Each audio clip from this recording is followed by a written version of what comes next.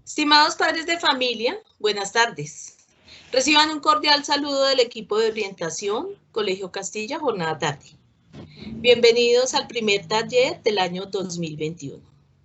El taller lo hemos denominado Te demuestro que te quiero. Está fundamentado en dos aspectos. La primera es la crianza positiva y la segunda, educar para la felicidad. El objetivo del taller, brindar herramientas a las familias para la sana convivencia y aportar en la disminución del riesgo de la violencia.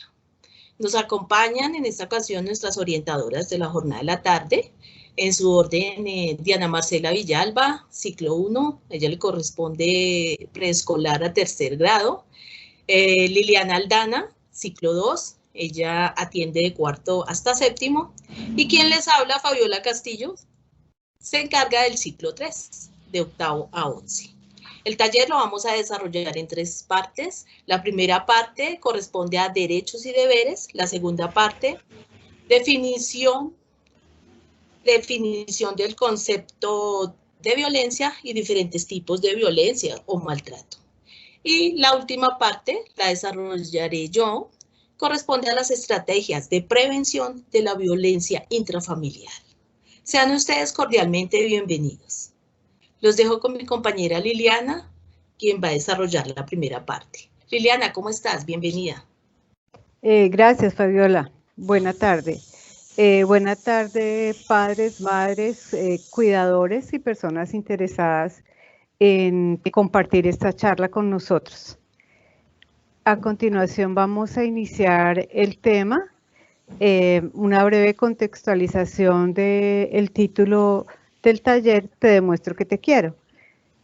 Te demuestro que te quiero está relacionado con muchos aspectos, con el cumplimiento de nuestras obligaciones como padres, con tener un entorno armónico en nuestra familia y con estar pendiente de muchas cosas que rodean a nuestros hijos. Liliana, ¿me confirmas si ya ves la presentación? Sí, señora, por favor, la siguiente. Ok. Bueno, en esta primera diapositiva tenemos que los padres, madres y tutores legales tienen deberes y derechos. ¿Por qué incluimos a los tutores legales? Porque cuando existen procesos de entrega de custodia, estos derechos se los entregan junto con los deberes a estas personas custodios de los niños, niñas o jóvenes, porque se le está dando esa obligación que tenían los padres y madres, se lo están entregando a una persona cercana, por lo general son los abuelos y en línea directa tíos, primos, pues personas que tengan una filiación sanguínea, o sea, que sean de la familia. ¿Por qué le entregan la custodia a otra persona? Porque en algunas situaciones los padres o madres tienen dificultades económicas, físicas, psicológicas para cumplir con sus obligaciones como padres, o empiezan a incurrir en algunas situaciones inadecuadas, entonces se les retira la custodia y se la entrega a un familiar. Esto es una situación, por general, es una situación temporal.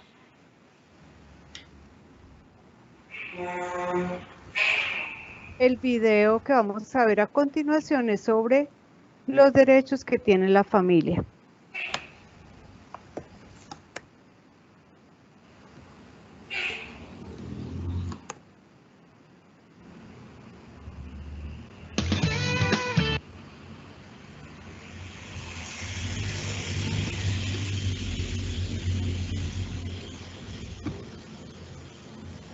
¿Me confirman si ya ven, por favor, el video? Sí, señor. Sí, gracias, Diana.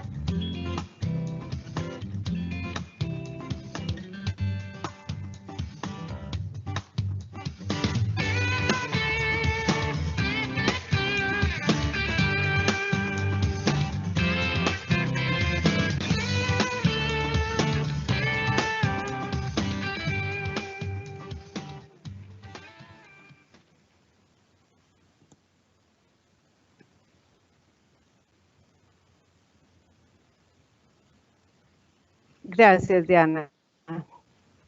Bueno, papás, en este punto, entonces, quisiera hacer como una aclaración sobre un concepto que aparece inicialmente ahí sobre la familia. Pues es un concepto ya bastante antiguo, tiene muchísimo tiempo, que dice que la familia la inician un hombre y una mujer que deciden vincularse para formar un grupo familiar, pero pues esto se ha actualizado, ya que todos sabemos que existen en la actualidad diferentes tipos de parejas que conforman sus grupos familiares. También el tipo de familia ha cambiado. Anteriormente existían esas familias extensas en donde se compartían varias generaciones, en donde estaban los bisabuelos, abuelos, tíos, tías, primos, primas. Habían varias generaciones en un mismo lugar de habitación. Eso ahora es muy poco frecuente, ya que las familias son un poco más pequeñas y no se tienen tan de cerca a esos familiares como son los abuelos o los tíos. Existen varias clases de familias actualmente. Hay muchas familias monoparentales, que quiere decir que son un padre con sus hijos o una madre con sus hijos. También existen las familias reconstituidas, que son familias de parejas que han tenido un vínculo inicial con otra persona y luego en otro vínculo se unen con alguien que trae unos hijos de otra unión anterior. Entonces quedan pues familias con hijos de diferentes uniones. Esas son las familias reconstituidas. Y ahora vamos a hablar de la patria potestad. La patria potestad, como dice acá en la diapositiva, es un conjunto de derechos que permiten al padre o madre tomar decisiones legales en representación de sus hijos menores de 18 años o hasta que estos se emancipen. Bueno, la patria potestad es un derecho que solo lo tienen el padre o madre legítimo de un menor. Ese derecho no lo tiene nadie más, no lo tienen los custodios ni ningún otro familiar, solo le corresponde a padres o madres legítimos. Es solo para tomar decisiones legales. Cuando los chicos son menores necesitan un representante legal y su representante legal natural es el papá o la mamá. Es cuando hay situaciones de bienes compartidos o de usufructos de algunos bienes que tienen que repartir entre los menores, entonces todas estas situaciones las manejan sus apoderados legales, que son los padres, solo hasta los 18 años. O hasta que se emancipen, quiere decir que después de los 14 años, los chicos se pueden emancipar, o sea, independizarse de los padres. Esto lo pueden hacer realizando un proceso legal solicitando la emancipación. Eso tienen que llevar unos testigos a un juzgado. Eso lo pueden solicitar los chicos, o también se consideran emancipados cuando se casan o forman un vínculo con otra persona y se van del hogar de sus padres, que ya no conviven con ellos. Algunas decisiones de los menores no son necesariamente decisiones legales, son decisiones personales en las cuales los papás pueden guiar a sus hijos, pero no decidir por ellos, muy especialmente en temas relacionados con la sexualidad y muy específicamente después de los 14 años, los chicos, chicas son libres de tomar sus decisiones en relación con temas íntimos y personales. Ahora hablaremos de derechos y obligaciones. La familia y sus integrantes tienen derechos y obligaciones. Podríamos hablar de derechos y obligaciones, derechos y deberes, derechos y responsabilidades. Son las mismas expresiones. Quiere decir que los padres y madres o tutores legales deben dar cumplimiento para garantizar el desarrollo adecuado e integral de sus hijos. Deben dar cumplimiento a estos derechos.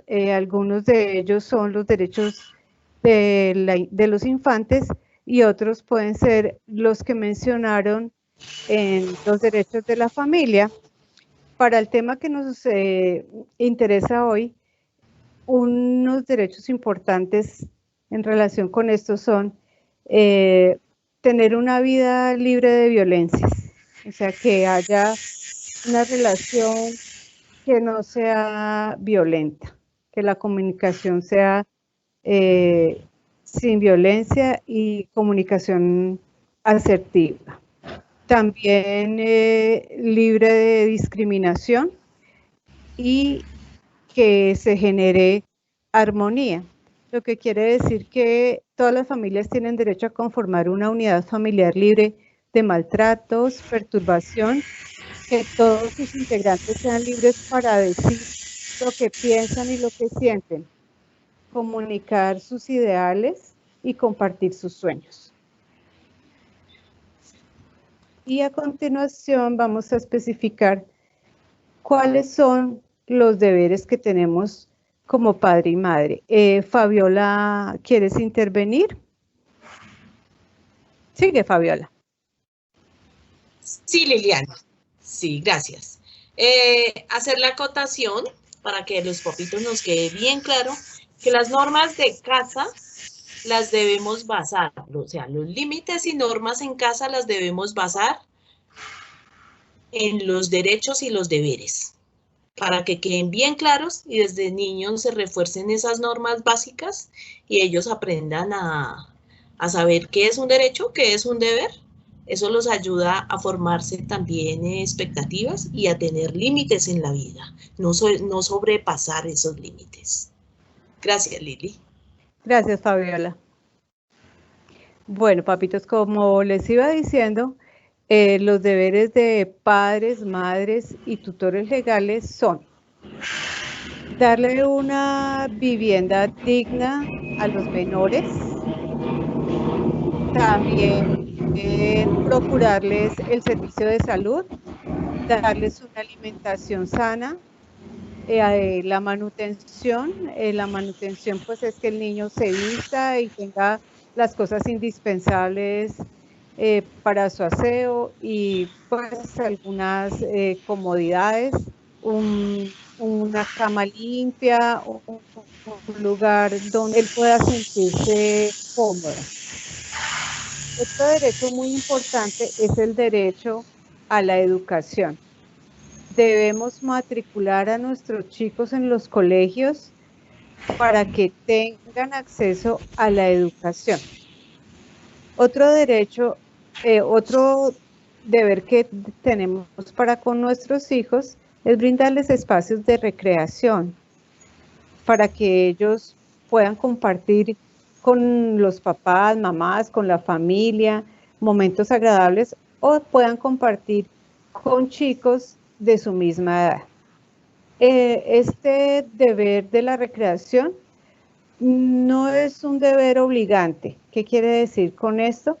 Pues de pronto que si usted no le ofrece recreación a su hijo, pues no lo van a procesar por eso, ¿verdad? Pero todos sabemos que para que los niños, niñas y jóvenes tengan un sano desarrollo, necesitan momentos de recreación y esparcimiento. Siguiente. Bueno, acá vamos a hablar del derecho de deber básico. El derecho a la guarda, dirección y corrección de los hijos. ¿Esto qué quiere decir? Derecho a la guarda es el derecho que tenemos a cuidar a nuestros hijos. Dirección, el derecho de orientarlos como padres. Y corrección, el derecho a corregirlos. Corregirlos es hacerle caer en cuenta de sus faltas, es darles una explicación de nuestra corrección y hacer una de pronto sanción razonable, por decirlo de alguna manera, porque ya no se aceptan los castigos que se hacían anteriormente a los menores, pues estos no educan, los castigos no educan. Este derecho que acabo de poner está muy relacionado con un deber que se llama deber de la crianza, cuidado y protección de los hijos. ¿Qué es la crianza? Pues darle unas pautas a nuestros hijos para que desarrollen principios y valores. El cuidado, pues cuidarlo en su aspecto físico, en su salud, en su nutrición, en que estar pendientes de que estén lejos de cualquier riesgo. Y la protección, estar pendientes de qué es lo que hacen nuestros hijos, qué círculos frecuentan, cuáles son sus amigos, cuáles son sus intereses para saber qué tan bueno puede ser eso y poderlo orientar, cuáles son las cosas que ellos ven en internet. Todo esto hace parte de la protección. Sí. Todos estos derechos y deberes se relacionan porque están enmarcados igual en el respeto por los derechos de los menores. Debe haber siempre en la corrección y en la crianza buen trato y afecto para evitar el maltrato y la violencia. A continuación, este tema lo ampliará mi compañera Dianita. Gracias, Lili. Bueno, ¿me permiten un segundo? ¿Están viendo la presentación, Lili? ¿O se...? Aún no.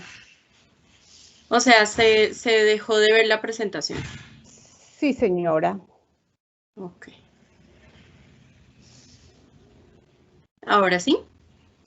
Sí, señora. Bueno, entonces, para continuar y retomando un poco como el tema de derechos y deberes que menciona Liliana, quiero realizar o quiero precisar dos definiciones que son la de buen trato y la de maltrato.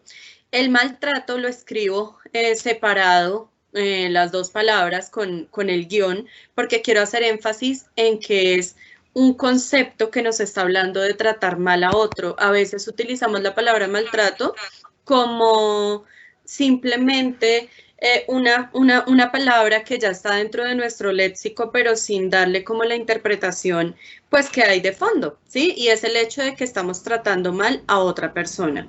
¿Qué es el buen trato? Es una forma de relación entre las personas que se basa en un profundo sentimiento de respeto y valoración hacia la dignidad del otro. El buen trato se caracteriza por el uso de empatía para entender y dar sentido a las necesidades de los demás, comunicación efectiva entre las personas a fin de compartir genuinamente las necesidades, la resolución no violenta de conflictos y un adecuado ejercicio de la jerarquía y del poder en las relaciones. Entonces, ahí hay varios aspectos que es importante retomar. Uno, cuando yo estoy tratando bien a alguien o le estoy dando un buen trato, es porque al hablar, al interactuar con esa persona, estoy dándome cuenta que es un ser humano que tiene derecho a tener respeto y a ser visto con dignidad. El buen trato se caracteriza por el uso de la empatía, lo que quiere decir que yo puedo entender a la otra persona y ver la vida de alguna forma como esta persona la está viendo, ¿sí? Entonces, vemos las necesidades que tiene la otra persona, no desde lo que nosotros consideramos, sino desde lo que la persona quiere y necesita. La comunicación, entonces, habla de poder realizar una interacción que sea adecuada, que sea clara, que sea precisa, que ayude a resolver los conflictos a través del diálogo y no a través de la violencia. Los conflictos siempre van a estar en todas las relaciones, en las familias y son parte de la vida, pero es importante pues que la resolución de los conflictos no se haga de una manera violenta, ¿sí? Y por último hablan de un adecuado ejercicio de la jerarquía y del poder en las relaciones, es decir, que ya sabemos que el adulto pues tiene más experiencia y muchas veces más conocimiento que un niño y que un adolescente, pero eso no quiere decir que por esa jerarquía que tiene en la familia, pues haga un uso inadecuado del poder que tiene como adulto. Por otra parte, está el concepto de maltrato. Este concepto sí está enfatizado en los niños, entonces cuando hablamos de buen trato estamos hablando de las relaciones en general, incluso de las relaciones de pareja o de otros miembros de la familia. Acá, cuando hablamos de maltrato, sí se habla de maltrato infantil. Se define como los abusos y la desatención de que son objeto los menores de 18 años. Entonces, eso fue algo que precisó Liliana ahorita en su exposición, y es que los niños, y cuando hablamos de este tipo de situaciones, se cuentan como los menores de 18 años. Ella también hace una precisión entre los chicos que están entre los 14 y los 18 años, pero cuando hablamos de maltrato infantil es todos los menores de 18 años que son sometidos a algún tipo de abuso o desatención, que incluye el maltrato físico, que tiene que ver con golpes, ¿sí? O con agresiones que impliquen que hay un contacto con la persona, maltrato psicológico, que incluye el maltrato verbal, que es cuando se utilizan palabras ofensivas o desagradables hacia la otra persona, o cuando de alguna manera se quiere minimizar al otro y dañar su autoestima. Ese es el abuso psicológico. El abuso sexual, que no solamente tiene que ver con los accesos carnales violentos, que es lo que reconocemos normalmente como un abuso, sino que también la visualización de pornografía en el caso de un menor, por ejemplo, el menor que se acerca al computador de uno de sus padres y encuentra dentro del historial visualización de pornografía y es enfrentado a ver ese tipo de material, así sea accidentalmente, si es algo que se presenta y con regularidad se puede constituir en un tema de abuso sexual. La desatención es no prestar atención a los hijos. Lo mismo la negligencia, que es no estar pendiente de lo que los chicos requieren, de sus necesidades académicas, emocionales, etcétera. La explotación comercial, es decir, cuando los niños son utilizados para obtener algún tipo de ganancia económica o de otro tipo que causen o puedan causar un daño a la salud, al desarrollo o dignidad del niño o poner en peligro su supervivencia. En el contexto de una relación de responsabilidad, confianza o poder. Es decir, que el maltrato no es solamente físico, sino que incluye todo ese tipo de situaciones que pueden generar daño al niño en cualquiera de sus áreas o que pueden poner en peligro su supervivencia y que está caracterizado por una relación de poder. Tenemos que tener presente que como adultos nosotros tenemos algún tipo de poder sobre los niños porque hay más experiencia y más conocimientos, tenemos una responsabilidad y esa responsabilidad tiene que ser bien usada. Si no es bien usada, ¿sí? Allí podríamos estar incurriendo en algún tipo de maltrato. La exposición a la violencia de pareja también se incluye dentro de las formas de maltrato de acuerdo con la Organización Mundial de la Salud. Es decir, que si mi hijo está siendo sometido a situaciones en las cuales hay agresión física, psicológica, de tipo sexual, de uno de los miembros de la pareja hacia el otro, también se está haciendo un proceso de maltrato hacia el niño. De igual manera, cuando hay separación a veces de los padres y uno de los padres le dice cosas negativas al hijo del otro padre, eso también puede representar una forma de maltrato. Bueno, ¿qué hago como padre o madre entonces? ¿Cómo puedo corregir a mi hijo? ¿Cómo puedo direccionar a mi hijo? A veces cuando se presentan situaciones que de pronto yo no sé cómo manejar, hay padres que de pronto tienen muy interiorizado el tema de castigar físicamente a sus hijos o a través de palabras que no son adecuadas, podrían quedar como, bueno, entonces, ¿qué puedo hacer? Para eso quiero que visualicen el video que les voy a mostrar. Liliana o Fabiola, ¿me confirman por favor si están viendo la presentación? Todavía no. No. Yo quería hacer una intervención mientras tú colocas la presentación y es acerca de una de las causales por la cual se pierde la patria potestad, o sea, esa condición de ser el papá o la mamá de alguien. Y es especialmente cuando hay un maltrato físico continuado en donde ya se está afectando mucho a un menor, o cuando existen perversiones por parte de los padres Entre esas también está el abuso sexual y la inducción a comisión de delitos. Cuando utilizamos a nuestros hijos para cometer algún delito, cuando los utilizamos para engañar a alguien y robarlo, cuando lo utilizamos para expender drogas alucinógenas, cuando de pronto lo utilizamos para vender alcohol, o sea, cosas que sean ilegales. Y nosotros sabemos que nuestro hijo está en eso y nos hacemos caso omiso de que eso está sucediendo, o somos los padres mismos los que utilizamos a los hijos para estas situaciones. Esto incurre en la pérdida de la patria potestad. Ok. Bueno. ¿Ya ven el video? Sí, señora, ya está el video. Ok.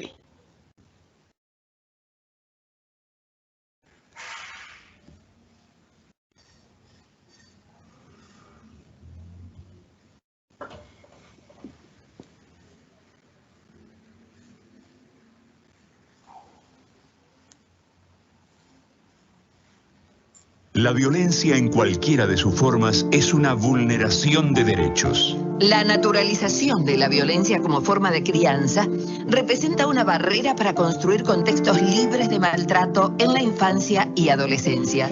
El 46,4% de los adultos reconocen utilizar la violencia física para criar a sus hijos e hijas. Es necesario desnaturalizar la idea de que los golpes puedan ser una forma de educar. Cuando hablamos de violencia, no nos referimos únicamente a la física, sino también a la violencia emocional, psicológica y simbólica. La violencia en la crianza puede incluir maltrato físico por medio de zamarreos, golpes, agresiones, tirones de orejas o pelo. Maltrato psicológico por medio de gritos, insultos, amenazas, humillaciones. El maltrato en la niñez puede producir baja autoestima, sentimientos de soledad y abandono, ansiedad, angustia y depresión, alteraciones en el proceso de aprendizaje, que un niño utilice la violencia como forma natural para resolver conflictos. El maltrato por parte de quienes tienen la función de protección deja a los niños desamparados. Estas son algunas reflexiones para criar sin violencia. Los golpes no enseñan, solo generan temor y miedo. Las palabras humillantes generan tristeza, frustración e impotencia. Es fundamental escucharlos. La infancia es una etapa fundamental en el desarrollo de las personas y por eso requiere una atención y protección especial. Las madres, padres y adultos referentes deben proteger a los niños. Los niños aprenden principalmente del ejemplo. Cuando pedimos determinado comportamiento es necesario describir con claridad qué queremos y cuál es la conducta que deseamos. Asegurarnos de que nos escuchó y entendió. Ser breves, ser convincentes, explicitar las consecuencias por su cumplimiento y por su incumplimiento. Ser muy persistentes. Insistimos, cuando pedimos determinado comportamiento, hagámoslo, sin gritar ni amenazar. Sin ponerle etiquetas al niño o a la niña, eso no servirá para corregir su conducta.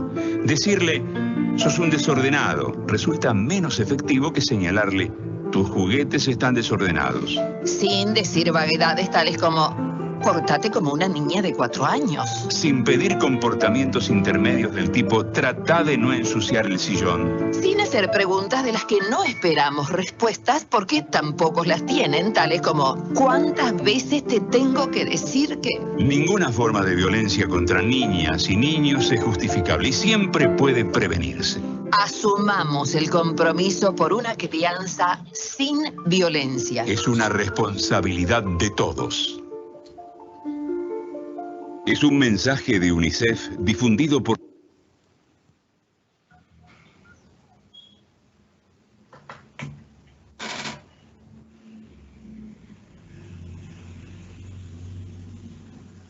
Bueno, entonces, pues queríamos que visualizaran ese video porque es muy concreto acerca de cuáles son los tipos de maltrato, algunas de las consecuencias que tiene el maltrato también en la vida de los niños y algo que es el concepto básico que yo quiero que ustedes tengan a partir del video y es desnaturalizar el tema del maltrato y la violencia como forma de educación, porque venimos de generaciones que manejaban pautas de crianza que se daban a través de la violencia y, por ejemplo, a uno le pasa mucho cuando está en el trabajo con los padres, que a veces los padres le manifiestan como, pero a mí me pegaron, a mí me castigaron y yo soy una persona correcta, estoy haciendo las cosas bien y yo no tengo ningún trauma, yo no quedé con ningún trauma, es lo que muchas veces le manifiestan a uno, ¿sí? Habría que ver realmente si no hay una huella emocional del maltrato en el carácter, en la personalidad del padre que manifiesta eso,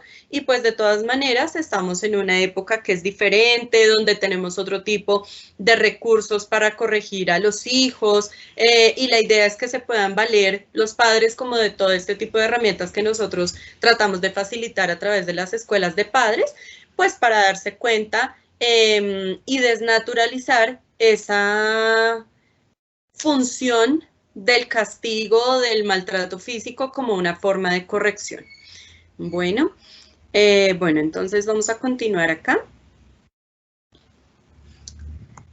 Aquí entonces en esta presentación ustedes van a poder ver que dice que se habla de los principios básicos del buen trato y habla de 5 que son el reconocimiento, la empatía, la comunicación efectiva, la interacción igualitaria y la negociación.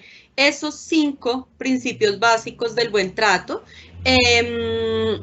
son conceptos que yo quisiera profundizar un poco. Reconocer al otro es saber que es una persona con derechos, al igual que yo, con necesidades y que merece un respeto y que se le vea como un ser digno. La empatía es poder entender al otro desde su visión, no desde la mía, sino desde la forma en que los otros ven el mundo, sobre todo los niños, porque los niños a veces sienten y pasan por situaciones que uno las ve como que no son importantes, ¿sí? Pero en su cabeza de niño o de adolescente puede que sí, que tengan un peso grande. Entonces la empatía es poder ver las cosas desde su visión, desde sus ojos, desde sus gafas. Es como si yo me pusiera las gafas del niño y viera el mundo como lo ve él. Eso es la empatía. La comunicación efectiva, en el video daban varias pautas con respecto a ese tipo de comunicación, que tiene que ser clara, que yo siempre le debo explicar al niño qué es lo que espero, o al adolescente qué es lo que espero de él, no asumir que él debería entender cómo se debe comportar, sino que yo se lo debo hacer saber y que el niño y yo tengamos una comunicación a través de la cual él entienda que yo le digo las cosas con claridad o que yo le pueda decir las cosas con claridad y que él entienda qué es lo que yo espero de él.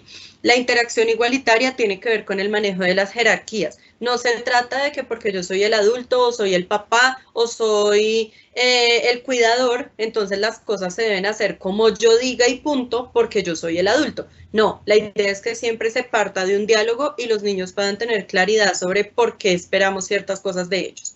Y la negociación tiene que ver con darle la oportunidad de participar y elegir al niño. Un ejemplo es cuando los niños no quieren comer, ¿sí? Entonces, por ejemplo, si yo le digo al niño, tienes que comer fruta porque la fruta es saludable y punto, pues de pronto eso no va a ser tan agradable para él como si yo le digo, tienes que comer fruta porque la fruta es importante para tu crecimiento, para el desarrollo de tu piel, para las vitaminas, para las uñas, para todo este tipo de cosas, ¿sí? Y te voy a dar la opción.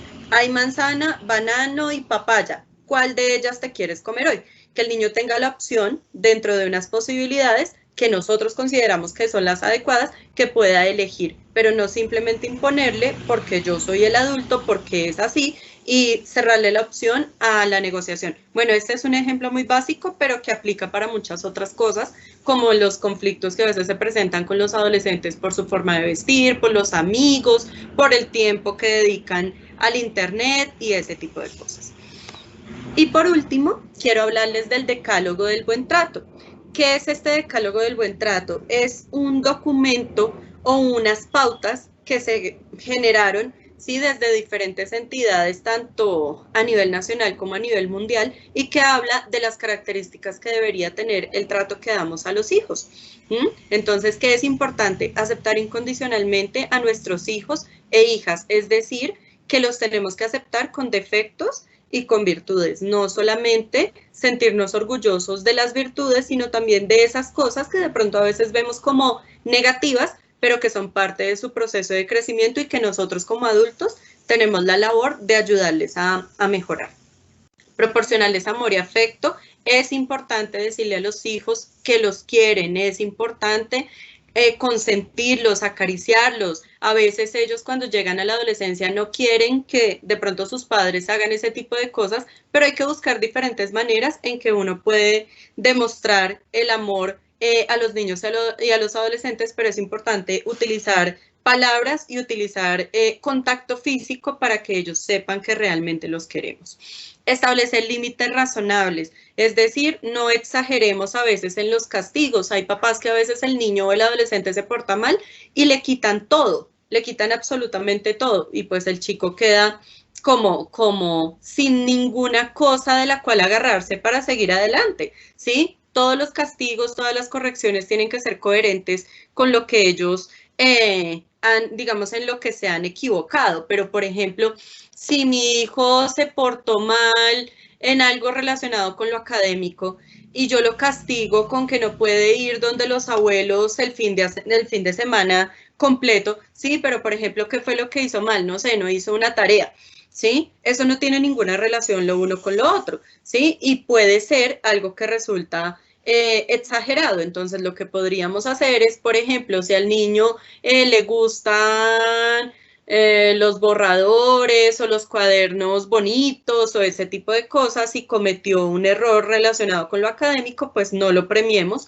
con cosas relacionadas con la misma área. Respetar su derecho al juego y establecer relaciones de amistad con sus compañeros, eso nos lo decía Liliana antes en lo relacionado con el derecho a la recreación.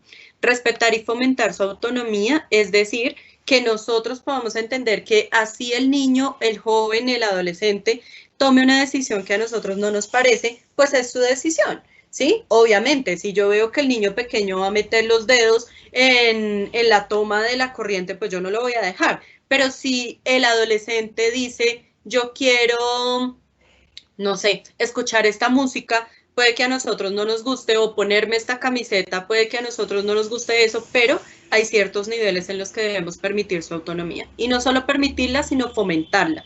Hay chicos que yo conozco que tienen 15, 16 años y no saben lo que es trapear la casa, ¿sí? Porque muchas veces los papás pasan al otro extremo y empiezan a hacer todas las cosas por ellos. Entonces hay que fomentar la autonomía porque ellos no van a tener siempre a los padres, ellos necesitan aprender a hacer cosas y lo de la trapeada de la casa es solamente un ejemplo, así con todo el resto de las cosas. Protegerlos de los riesgos reales e imaginarios. Siempre van a haber riesgos relacionados con los niños, entonces por ejemplo no lo deje jugar muy cerca de la calle porque de pronto puede cruzarse o se le cruzó el balón y se cruzó el niño, lo puede atropellar un carro. No lo deje solo todo el tiempo en el computador haciendo lo que él quiera. Hay redes sociales como por ejemplo Facebook que exigen que los niños tengan más de 14 años para poder tener un perfil, y a veces los niños crean y los padres les ayudan a crear los perfiles como si tuvieran 14 años, pero tienen 10. Entonces, ustedes saben los riesgos que implica que un niño de 10 años esté en redes sociales solo.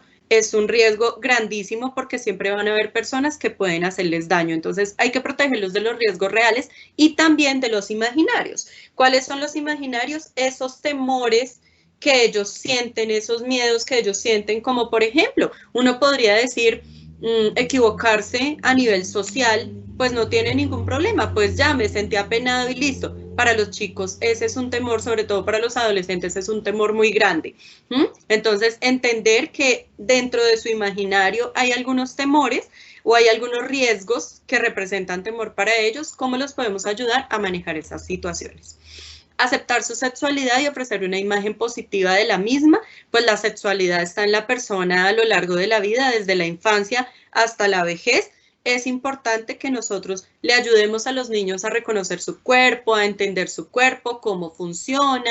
Hay cosas que a veces a los padres de pronto les cuesta dialogar con sus hijos sobre la sexualidad y a veces hacen afirmaciones negativas relacionadas con eso cuando los niños lo expresan. Entonces, es importante que los ayuden a aceptar esa parte de sí mismos y ofrecer una imagen positiva, que la sexualidad es algo que es parte de la vida, que es algo que se puede disfrutar, obviamente, pues eso depende de la edad del niño, del momento de la vida en la que se encuentra, ¿sí? Y las palabras que ustedes puedan utilizar para mostrarles que es algo positivo y no algo de lo que se tienen que avergonzar o que no es sano.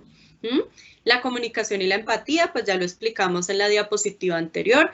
La participación, también hablábamos, por ejemplo, en el tema de las frutas, cuando yo le digo al niño, pues no es lo mismo tome y cómase la fruta que cuando yo le digo cuál de las frutas quieres. Entonces es permitirle participar en decisiones familiares, en planes familiares, ¿sí? No solamente que se haga imposición porque son los más pequeños o los más jóvenes.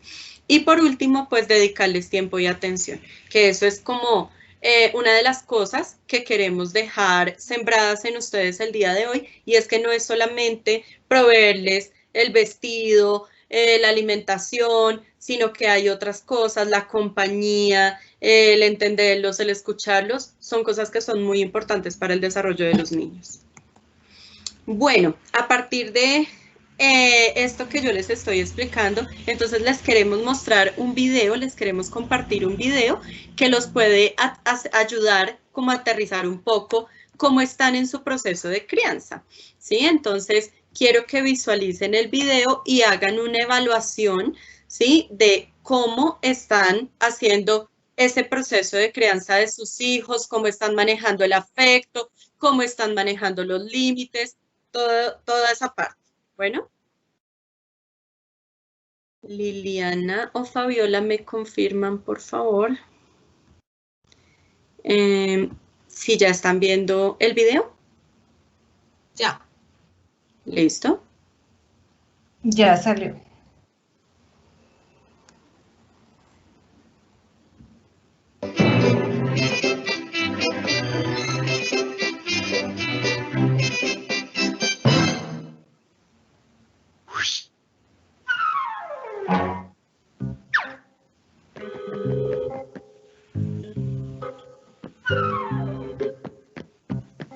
Parece que tú y tu hijo necesitarán que hagas algo diferente a perseguirlo por toda la casa. Hablemos de tu estilo de crianza. Todos los padres tienen una manera particular de educar a los hijos. Los estilos responden a cómo has sido educado. Para encontrar el equilibrio, primero debemos conocer que existen extremos y que cualquier estilo tiene efectos fuertes para los hijos. Sígueme y conoceremos a 3 amiguitas muy peculiares.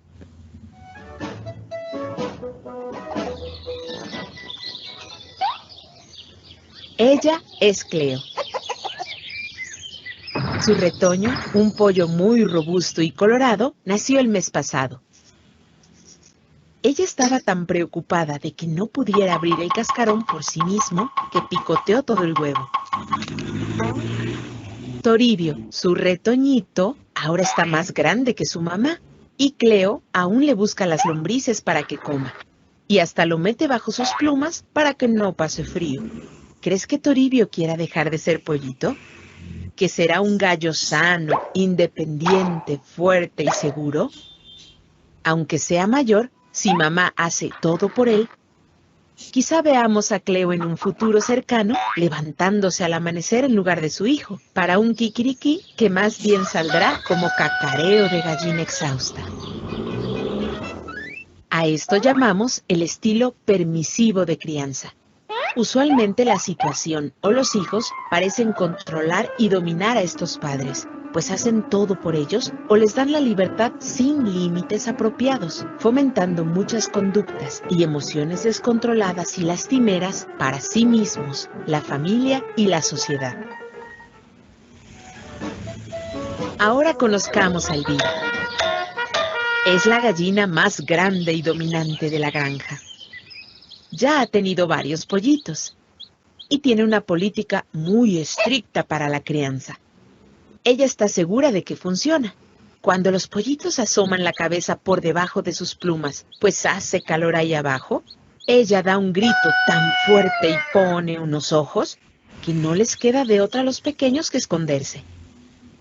Y ni te cuento a la hora de buscar lombrices. Si no encontraron suficiente para todo el día, ninguno saldrá a jugar con los demás pollitos.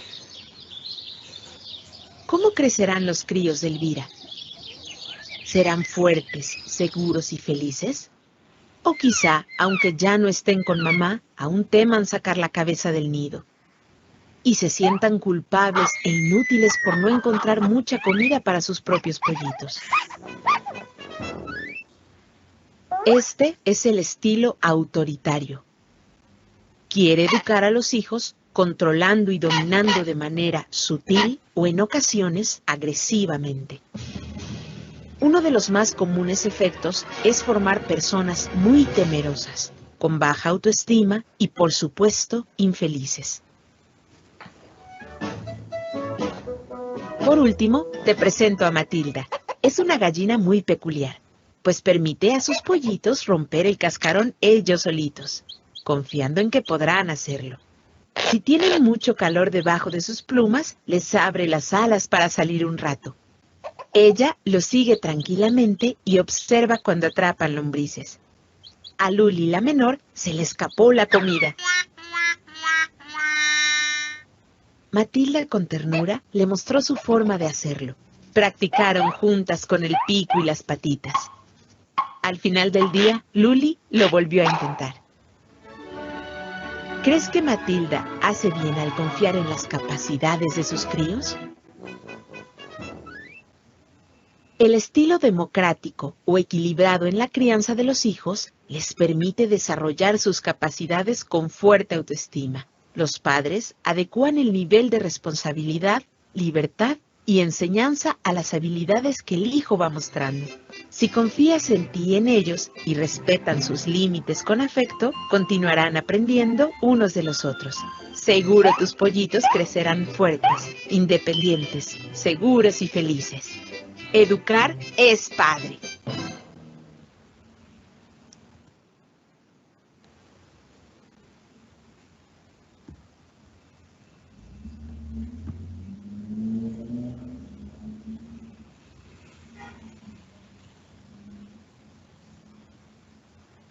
Bueno, pues a través de el video queríamos mostrarles cuáles son los tipos o cuáles son los diferentes estilos de crianza que pueden tener los padres.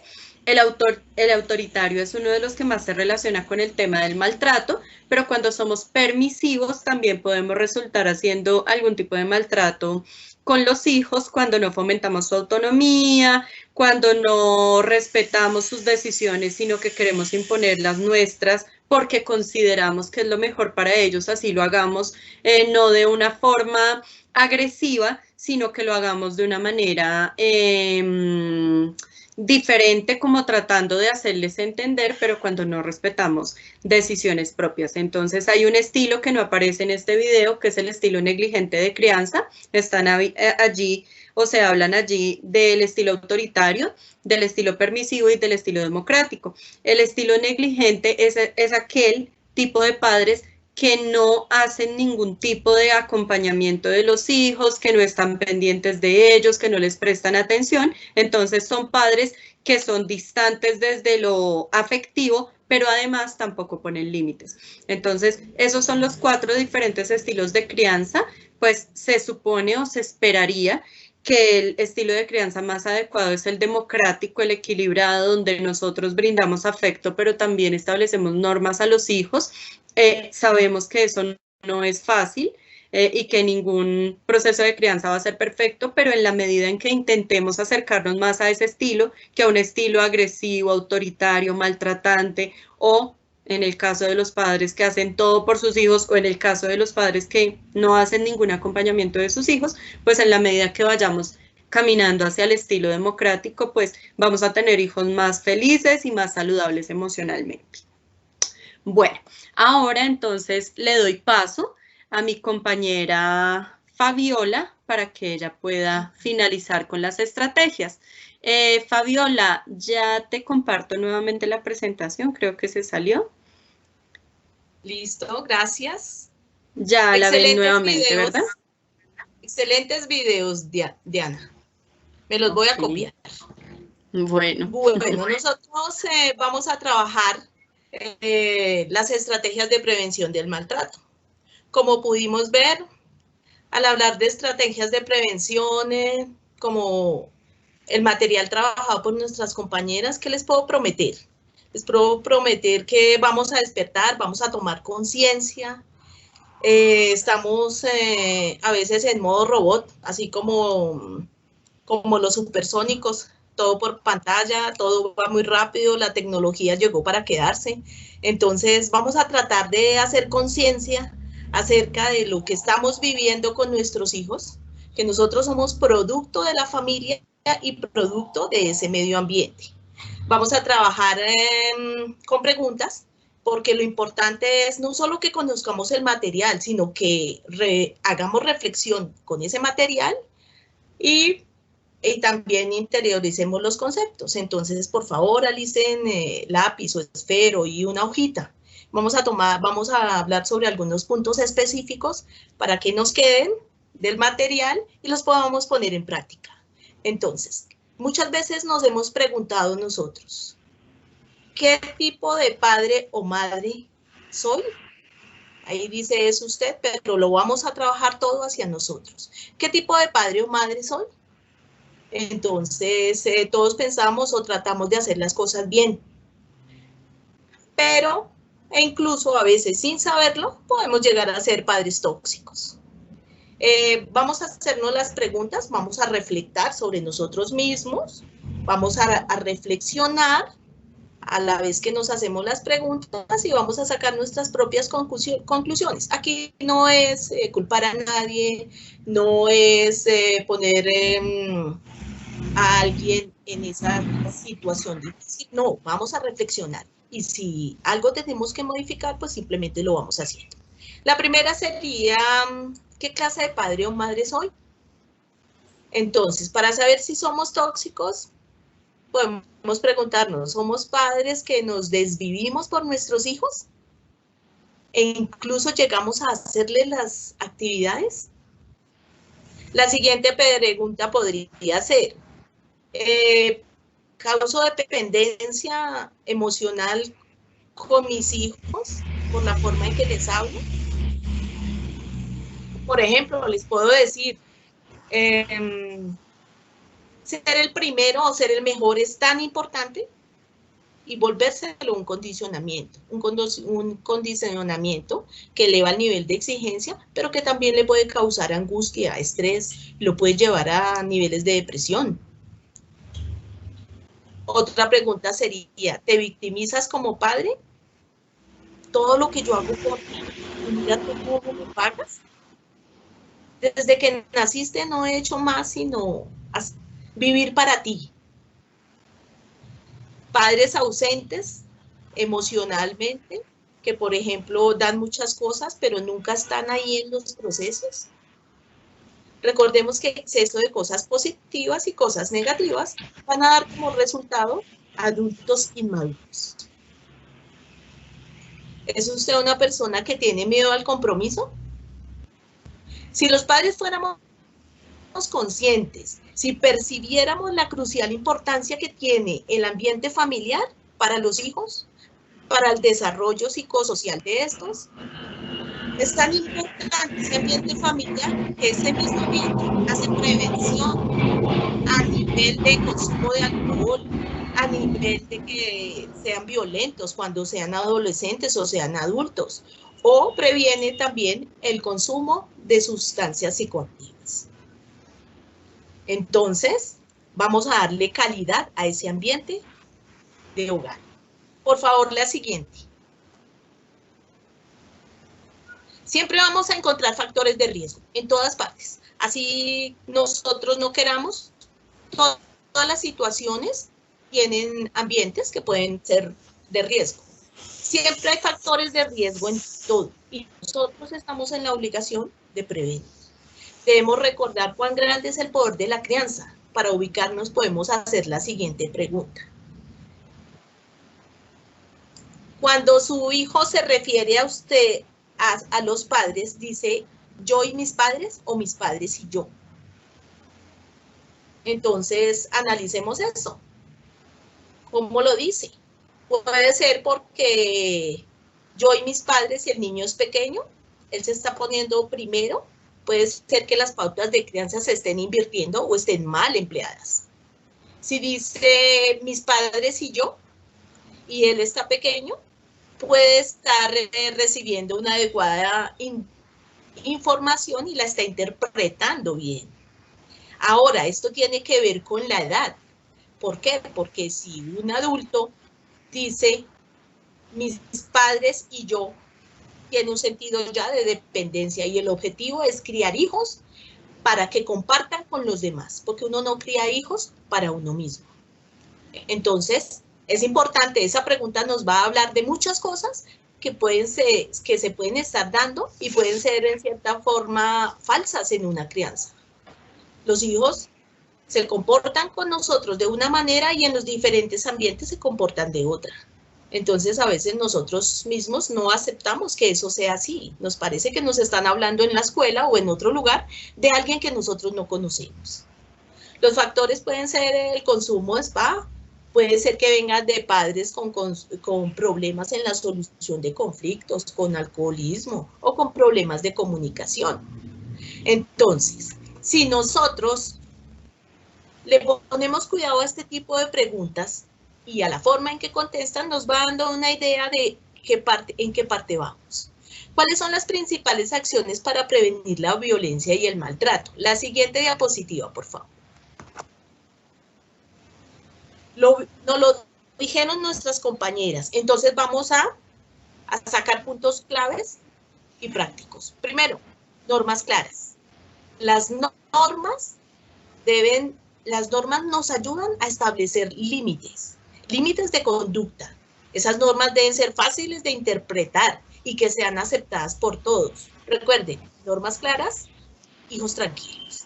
Segundo, fortalecer canales de comunicación al interior de la familia. ¿Qué quiere decir? Escucha activa. No es escuchar a mi hijo mientras yo estoy haciendo otra actividad. Entonces, debo desconectarme, ya sea del computador, sea de la pantalla de televisión, sea del celular, y mirar a mi hijo cuando él se comunica conmigo. No oír, es muy diferente oír y escuchar. Escuchar es oír entendiendo. Hablarle sin sarcasmos, por ejemplo. Dejan los zapatos debajo de la mesa del comedor y uno pararse a mirar los zapatos y dice, ¿qué estás haciendo? No, esperando que estos zapatos caminen solos al closet. Las palabras deben ser coherentes con la acción, porque nosotros no educamos con lo que le digamos a nuestros hijos, nosotros educamos con nuestro ejemplo. Estrategias como el diálogo y la mediación van a ayudarnos a solucionar los conflictos, hablar y resolver los problemas de una vez, no dejar acumular la ira, porque la ira se termina generando resentimiento. Hacer consenso y ser neutral. No tomar partido, porque él es más pequeño, él es más grande, tiene la razón. No, las normas deben ser iguales para todos. Tener confidencialidad, sí. Si su hijo le comenta o le dice que es el secreto o confía en usted, no divulgue la información. Ni siquiera con sus otros hermanos o con su pareja, con el padre del niño, con la otra persona con la que usted comparte. ¿Por qué? Porque esto puede generar alguna burla, alguna crítica, y eso rompe la relación con su hijo, rompe la comunicación. Dentro de las estrategias, también vimos que hay que utilizar técnicas de autocontrol emocional. Vimos que hay que utilizar dos aspectos. Primero, vamos tomando nota, la respiración, y el segundo, el pensamiento positivo. Estos dos aspectos ayudan a salir físicamente de la situación tensionante. Pensar que todo tiene solución y que lo que está pasando es difícil. pero no es tan grave. De acuerdo a cómo yo lo tome, es que yo puedo solucionarlo. Piense 2 veces antes de decir las cosas, de decir cosas y antes de actuar. Piénselo 2 veces. Expresar el afecto a su familia, como decía mi compañera. Sonría, sea amable, ofrezca disculpas. Si usted se equivocó, eso no quita autoridad, pero sí gana respeto. Cuide el lenguaje verbal y no verbal. No le hable tanto a su hijo porque lo cansa. No utilicemos la cantaleta como medio de persuasión. Eso puede utilizar lenguaje gestual para indicar afecto, para indicar amor. Y puede construir algunas frases que fortalezcan el afecto. Sé que te va a ir muy bien porque confío en ti. Entonces, ese tipo de palabras van a fortalecer autoestima en los chicos. Educar para la felicidad. Sobre eso vamos a hacer algunas especificaciones para que nosotros aprendamos a sacarle el gusto a las cosas. La felicidad no está en las cosas, no está en ser feliz con lo que no se tiene. Hay que enseñarlos a ser feliz con lo que se tiene. Y la felicidad no está en otras personas, no está en otras cosas, en otros lugares. La felicidad está en nosotros. Entonces, vamos a aprender a educar para la felicidad. La siguiente diapositiva, por favor. Vamos a fortalecer otras habilidades a la vez que fortalecemos autoestima con nuestros hijos. Nuestras compañeras lo dijeron. El buen trato fortalece autoestima. No hay inyección para subirle la autoestima a nadie. Las palabras son tan importantes que las palabras reconstruyen a una persona, lo fortalecen o lo derrumban emocionalmente.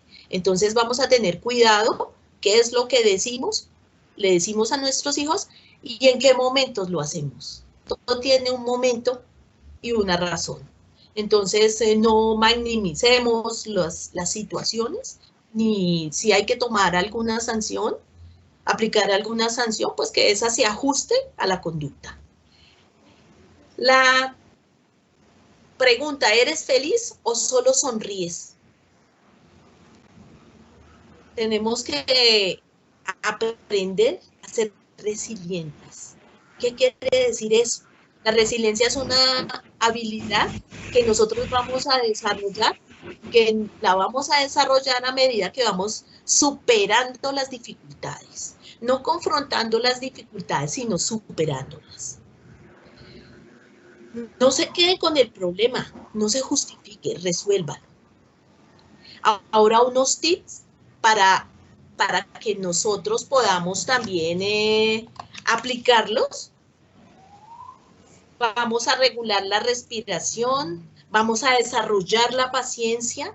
¿Por qué? Porque la paciencia es una actitud con la cual nosotros regulamos nuestro cuerpo y nuestra mente. La base para desarrollar la paciencia es la respiración. Con la respiración sacamos angustia y tomamos distancia de la situación. Esto mejora nuestra creatividad, buscamos soluciones y esto permitirá corregir los errores. Otra habilidad que aparece ahí es la prudencia. Esas dos habilidades hay que desarrollarlas, sobre todo en estos tiempos tan difíciles que estamos viviendo. La prudencia es la virtud que tiene que ver con el silencio. No hablar, no estar emitiendo juicios de valor ni verdades absolutas. A veces uno piensa una cosa y al rato piensa otra. No le trabajemos los imaginarios a nuestros hijos. Nos vamos a ir a vivir a otro lugar si usted no lo puede cumplir. ¿Por qué? Porque el chico sí se va desconectando de las situaciones, de la escuela, de las actividades, de las habilidades, el cual no se puede llevar a cabo por diferentes circunstancias. Entonces, una cosa son los imaginarios de uno y otra cosa, trabajar los imaginarios de los chicos. Desarrolle todas esas habilidades. Los tips para desarrollar lo que nosotros llamamos felicidad, que va a fortalecer. Primero es fortalecer resiliencia. ¿Qué quiere decir? Enfrentemos las cosas. No neguemos las situaciones. No defendamos lo indefendible. Si nos dicen hay que escuchar lo que están diciendo.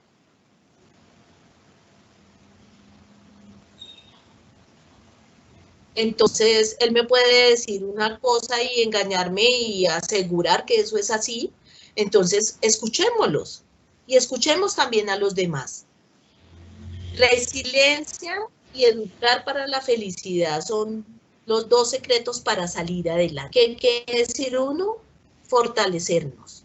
Educar para la felicidad. Resulta que la felicidad es tan importante que en Harvard, desde hace 15 años, una de las universidades más importantes desde hace 15 años, impuso una cátedra que se llama Educar para la Felicidad. Eso quiere decir que se basa en psicología positiva y en interacciones afectivas más sanas. Aquí la universidad nos enseña muchas cosas positivas. Vamos a tomar algunos tips que nos enseñan para que nosotros podamos ser más felices. Primero, perdone los fracasos, pero analícelos. Segundo, no dé lo bueno por hecho, sino agradézcalo. Por ejemplo, a usted le sirven el almuerzo todos los días. De pronto ya no tiene la edad para que le estén dando el almuerzo como una obligación. Pero esa persona se esfuerza y trabaja, hace una actividad para uno. Entonces, no demos lo bueno por hecho, sino agradezcámoslo. Identifique lo que es verdad y lo realmente importante. Escuche a sus hijos, realice actividades que traigan paz mental, desarrolle un hobby, algo que le haga sentir bien a usted. Para cerrar, vamos a retomar los 4 acuerdos de los toltecas. El primer acuerdo, haz siempre lo mejor, en cualquier punto. Segundo, honra tus palabras. Sé coherente con lo que piensas. Que lo que tú digas, lo hagas. Nunca creas en alguien que no haya hecho nada. Porque si habla bien, con su comportamiento, con su forma de ser, pues está mintiendo. No tomes nada personal. Puede ser que digan algo, no necesariamente lo están diciendo por uno. No supongamos nada. Suponer nos hace armar historias, inventar cuentos y nos puede envenenar el alma. Esperamos que estas estrategias nos ayuden a mejorar la convivencia en familia. Solo el amor verdadero es el de la familia. Entonces, que desarrollemos todas estas estrategias, salgamos adelante, que pronto todo vaya mejorando con nuestro compromiso y con nuestro esfuerzo. Fabiolita, qué pena yo te interrumpo. Sí, cuéntame. Quisiera precisar algo y es que me parece muy importante que los papás tengan la claridad de por qué se habla de educar para la felicidad y por qué tú finalizas con el tema de la felicidad. Porque si somos felices, esa va a ser la mejor manera de prevenir un maltrato hacia las personas que están bajo nuestro cuidado. Si educamos para la felicidad a nuestros hijos, pues va a ser la mejor forma en que ellos tampoco se relacionen de manera violenta con otros. Y también es importante no ver la felicidad o que los papás crean que para nosotros la felicidad es la perfección y es ese estado que muchas personas ven como inalcanzable porque es aquel estado donde no hay problemas y donde no hay dolor nunca. La felicidad completa no existe. La felicidad tiene que ver con estados de bienestar, con vivir tranquilo, con estar realizado, con hacer las cosas de pronto de la mejor manera para nosotros y para nuestras familias. Entonces creo que sí es súper importante que los papás vean que no es solo educar para la felicidad, sino trabajar por su propia felicidad. Si son personas felices, pues van a inyectar eso en sus hijos también. Entonces, la felicidad no es completa, es un estado de bienestar, el mayor estado de bienestar posible que podamos tener, y por otra parte, no es solo pensar en la felicidad de los hijos, sino también en la propia, y esa es la mejor manera de transmitirles pues cosas positivas a ellos. Ahorita ya al final, cuando tú termines, quisiera hacer unas últimas precisiones, Fabiola, también. Sí, yo prácticamente ya doy por cerrada mi intervención. La felicidad la construimos, no está en ninguna parte. La felicidad la construimos con el compromiso, con el amor, con la verdad, con la construcción de cada esfuerzo y cada cosa que nosotros hacemos. Esa es la felicidad. Listo, si Fabiola. Cerrar y recuerdas lo del formato. Ok, bueno, pues básicamente quiero como recapitular un poco la presentación que realizamos y los objetivos, o sea, para ustedes padres de familia lo que queríamos mostrarle a través de esta escuela de padres es uno, pues que hay derechos que sus hijos tienen, pero que eso también tiene que ir pegado a unos deberes, no es solamente enseñarles a que tengan exigencia o que hagan exigencias por tener derechos, sino también que deben cumplir a ustedes como familia, en el colegio, en la comunidad, en diferentes lugares. Por otra parte, que hay otras formas distintas a la violencia para poder corregir y educar a los hijos y que debemos desnaturalizar el castigo físico como una forma de corrección, que no únicamente el castigo físico lastima, sino que también hay otro tipo de maltrato que es desde lo psicológico y desde lo verbal, que a veces lo hacemos y no nos damos cuenta, pero que es importante que cada vez estemos más vigilantes con respecto a ese tema. Y por último, pues la educación para la felicidad, no como el constructo ideal, sino como un estado de bienestar en el que buscamos estar bien como familia para que se prevenga de esta manera la violencia. Pues recordarles que desde el equipo de orientación estamos siempre dispuestas a colaborarles en lo que ustedes necesiten. Ahora vamos a compartir con ustedes el formulario de asistencia a través del chat y también vamos a compartir nuestros correos electrónicos por si ustedes requieren algún tipo de asesoría desde orientación, de cosas que estén relacionadas directamente con orientación, que es el acompañamiento socioemocional a ustedes como familia. Entonces, pues eso es básicamente lo que yo quería decir. No sé si mis compañeras quieran cerrar con algún comentario. Bueno, yo sí quería hacer como una última acotación sobre los derechos de la familia, algo que pues se ha discutido mucho, que es el libre desarrollo de la personalidad, que no se debe llegar a los extremos, pero que sí los padres debemos respetar la individualidad y las particularidades de los hijos.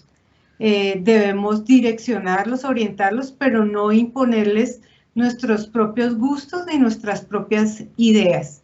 Si ellos tienen argumentos para hacer sus elecciones o tomar decisiones, eso es lo importante, que ellos tengan libertad en todos los sentidos, en tomar sus decisiones sexuales, decisiones políticas, religiosas, filosóficas, posturas ideológicas o simples gustos por la música, por la ropa, por cosas más, digamos, más intrascendentes, pero todo eso debe ser respetado. Gracias. Listo, un abracito virtual para todos y hasta luego. Esperamos que pronto nos veamos. Gracias, compañeras, muy amables. Hasta luego a todos.